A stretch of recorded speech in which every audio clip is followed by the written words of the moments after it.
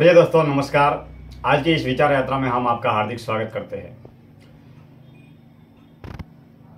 हम इस संसार में जब से जन्म पाते हैं, जीवन पाते हैं, तब से हम आंखों के माध्यम से दृश्यों को देखते हैं। ठीक उसी तरीके से हम पंच इंद्रियों में कानों के माध्यम से आवाज को सुनते हैं। अब जो भी जिस तरीके की आवाज है, वो आवाज का जो जन्म है या उत्पत्ति है या आवाज का जो सृजन है, वो दो पदार्थों के टकराने से होता है।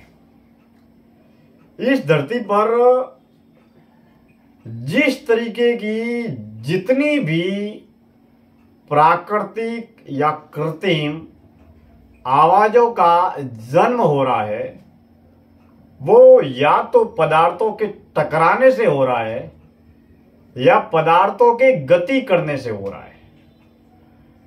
अब अमूमन किसी भी व्यक्ति को अगर ये पूछा जाए कि इस धरती पर अदृश्य रूप में क्या है जो दिखाई नहीं देता,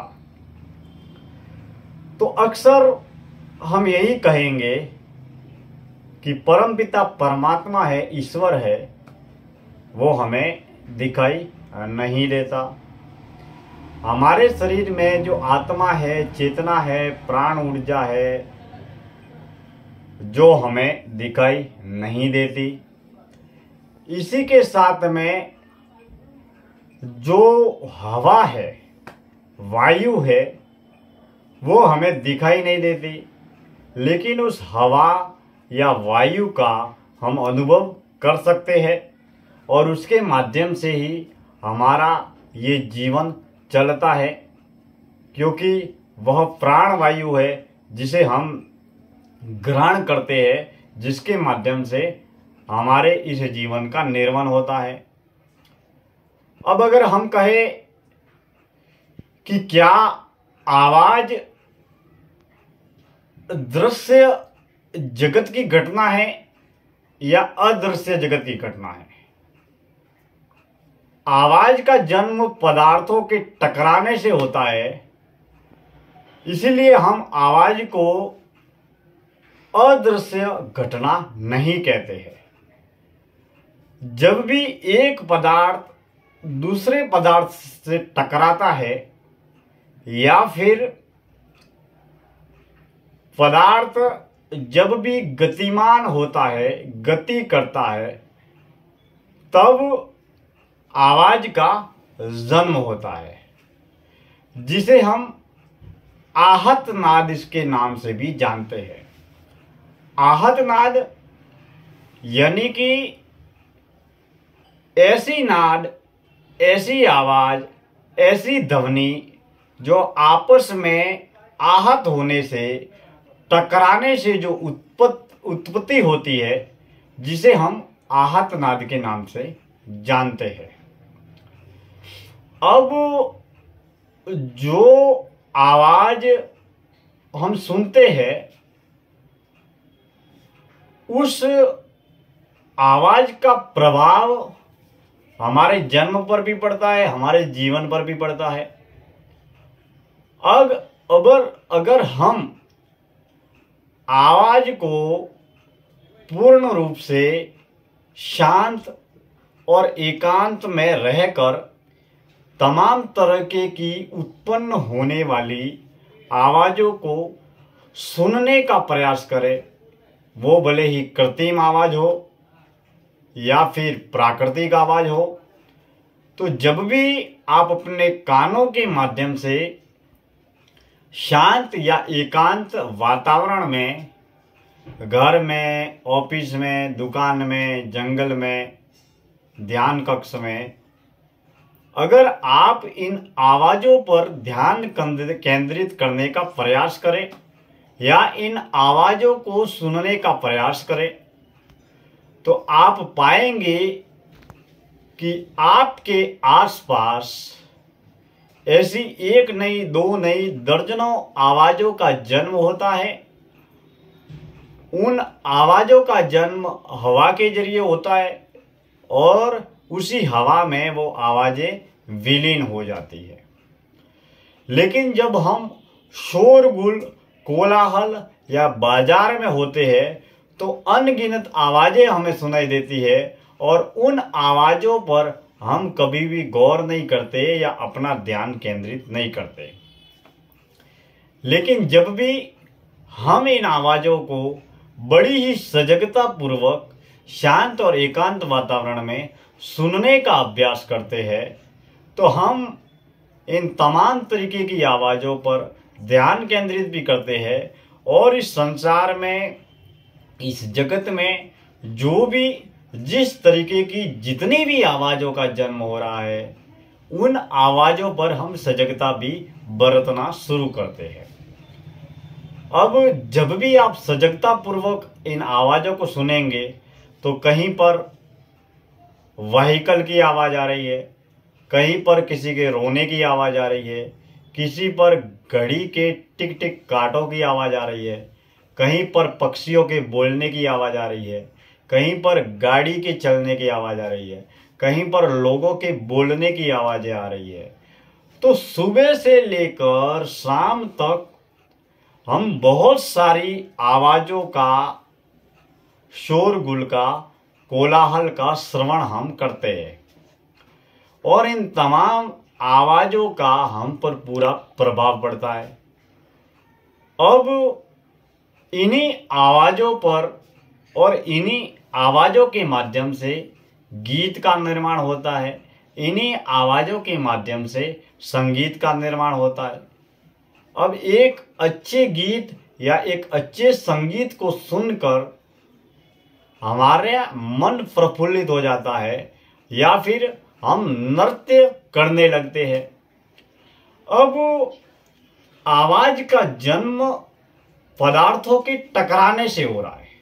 अब जैसे कोई भी व्यक्ति बोलता है तो वो जीभ और होठों के टकराने से उस आवाज का जन्म हो रहा है, उत्पत्ति हो रही है या सर्जन हो रहा है। लेकिन वो आवाज हमारे कानों तक पहुंचती है तो वो आवाज बीच में से दिखाई नहीं देती।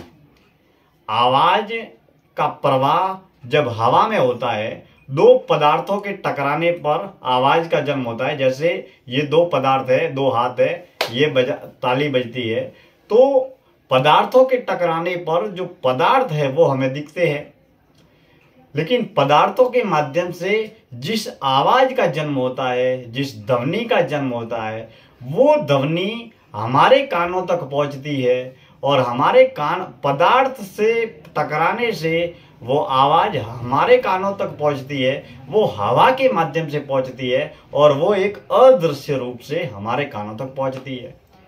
अब जो भी जैसी भी आवाज होती है, जिस तरीके की आवाज होती है, वैसी स्मृति, धारणाओं, मान्यताओं का निर्माण हमारे मन, बुद्धि, दिल, दिमाग में स्थापित होता है और उन्हीं आवाजों के जरिए हम क्रिया या प्रतिक्रिया करते हैं। लेकिन सच यही है कि संसार में जिस तरीके की जो भी जितनी भी आवाजें हैं उसका जन्म पदार्थों के आपस में टकराने से या गति करने से होता है और जिस तरीके की जितनी भी जो भी आवाजें हैं वो अदृश्य अवस्था में है।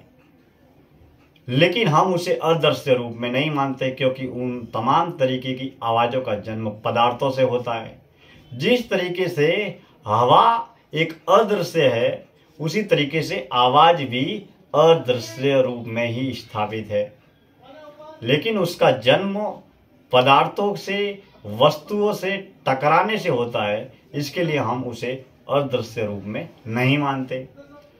लेकिन हर आवाज का हमारे ऊपर पूरा का पूरा प्रभाव रहता है और हम इन आवाजों से ही जीवन में क्रिया या प्रतिक्रिया करते हैं। और इन्हीं आवाजों की दुनिया में एक जो आहत नाद है, जो कृति में पदार्थों के टकराने से जन्म लेती है, और दूसरा अनहद नाद है जो बिना पदार्थों के टकराने से जिस आवाज का जन्म होता है उसे हम अनहद नाद कहते हैं।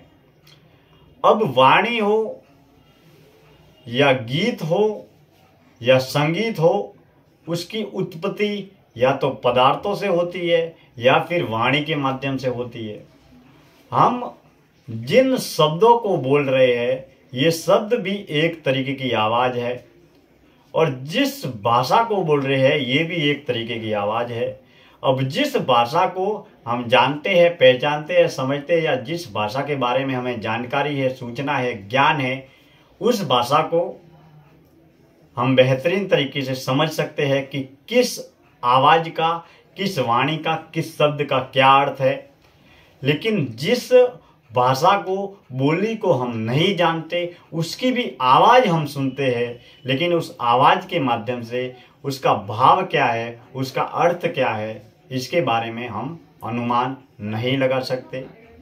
क्योंकि भाषा एक भाव है, शब्द एक भाव है, और उस शब्द की धारणाएं, मान्यताएं हमारे अंदर स्थापित हो जाती है। उसी के बल पर हम उस आवाज को सुनते हैं, और जैसी जो भी आवाज सुनते हैं उस आवाज को सुनकर हमें उसकी स्मृति, उसकी याददाश्त, या उसके पीछे भाव क्या है उस शब्द का, उस भाव को हम समझते हैं।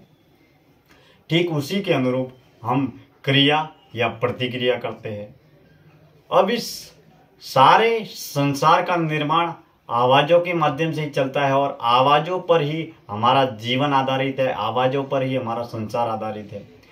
पंच इंद्रियों में सबसे ज़्यादा प्रभाव जो है वो आँखों का है, देखने के माध्यम से पड़ता है, और आँखों के माध्यम से दूसरा जो प्रभाव है वो कानों के माध्यम से, सुनने के माध्यम से पड़ता है। तो सबसे ज़्यादा जो प्रभाव है वो दृश्य जगत में आँखों के माध्यम से पड़ता है, और सुनने के माध्यम से, कानों के माध्यम से पड़ता है।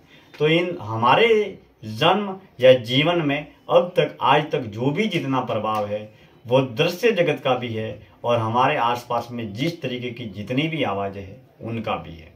आज की इस विचार यात्रा में इतनी ही बात है। आप सभी का बहुत बहुत धन्यवाद।